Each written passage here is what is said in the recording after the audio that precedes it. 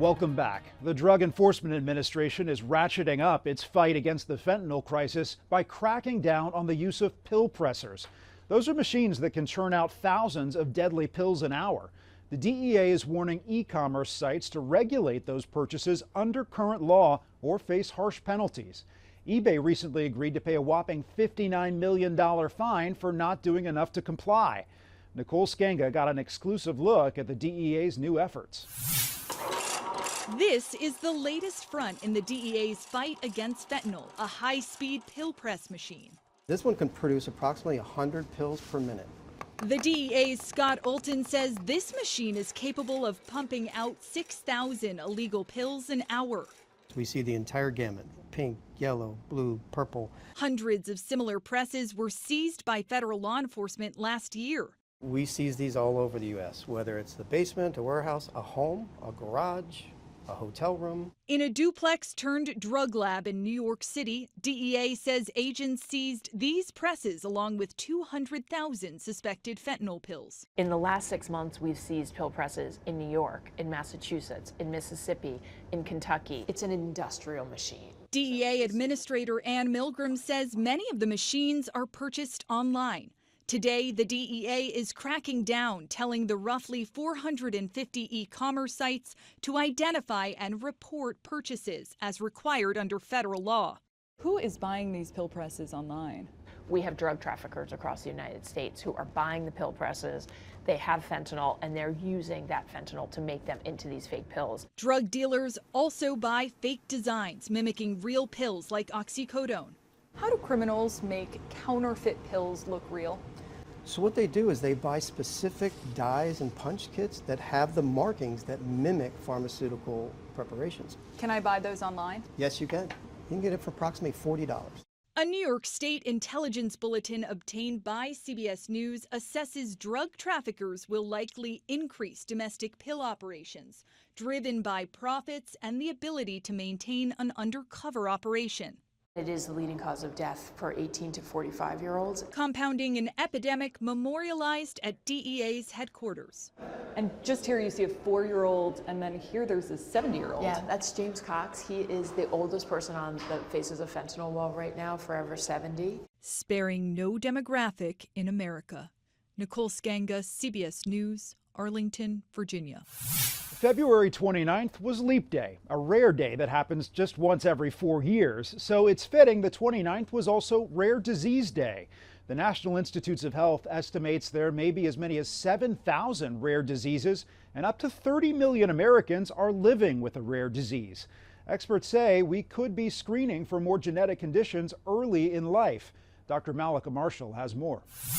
8-year-old Kai was born with a gene mutation associated with a narrowing of the aorta. It was instant panic of, oh my God, is this going to affect his life? It's his heart. Oh my goodness, is he going to have, a normal life? The mutation was only picked up because his mother, Alyssa Carter, took part in the Baby-Seq project, which allows Kai's genome to be sequenced at birth. An echocardiogram confirmed supravalvular aortic stenosis. I'm a big fan of science and learning, never anticipating that we would actually find anything.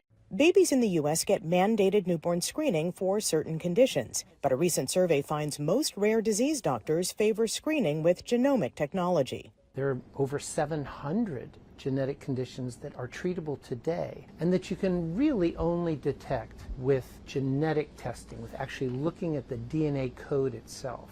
Dr. Robert Green leads the Baby-Seq project at Mass General Brigham. Over 10% of these apparently healthy babies had unanticipated and actionable genomic findings. Think about that, 10%. It doesn't mean they're all going to get the disease, but it means that 10% of them were at risk for a genetic condition that you can do something about. Kai has been closely followed. The narrowing of his aorta has since normalized. Hindsight's 2020. When something bad happened and you didn't catch it, it's kind of the other way around. I kind of feel like we got lucky that we did have this information, and we're even more lucky that ended up hopefully continuing to be not impactful in his life. And to be able to make informed decisions. Dr. Malika Marshall, CBS News, Boston. Many studies have documented the inequities that black patients face in the medical system, and a diverse health workforce can help fight the problem. But the Association of American Medical Colleges says just 5.7% of physicians identify as black or African American, while 63% identify as white. Stephanie Stahl has more on an effort in Philadelphia to encourage more black students to become doctors.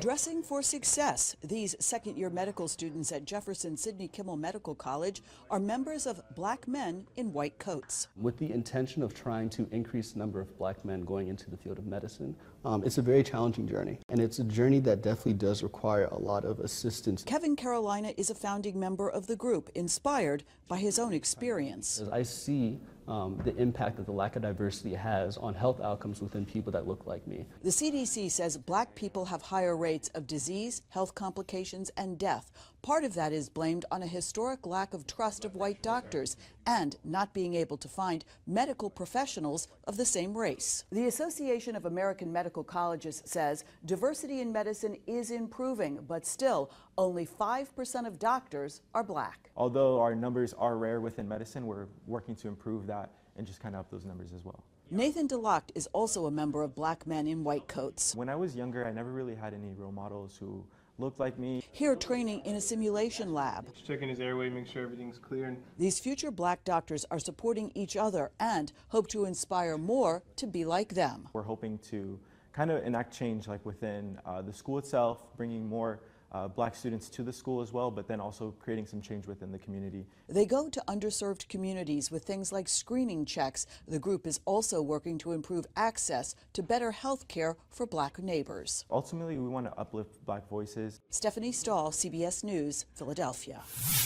After the break, a medical device the size of a grain of rice used to save this baby's life, and how innovation in women's health care is coming with help from companies led by women.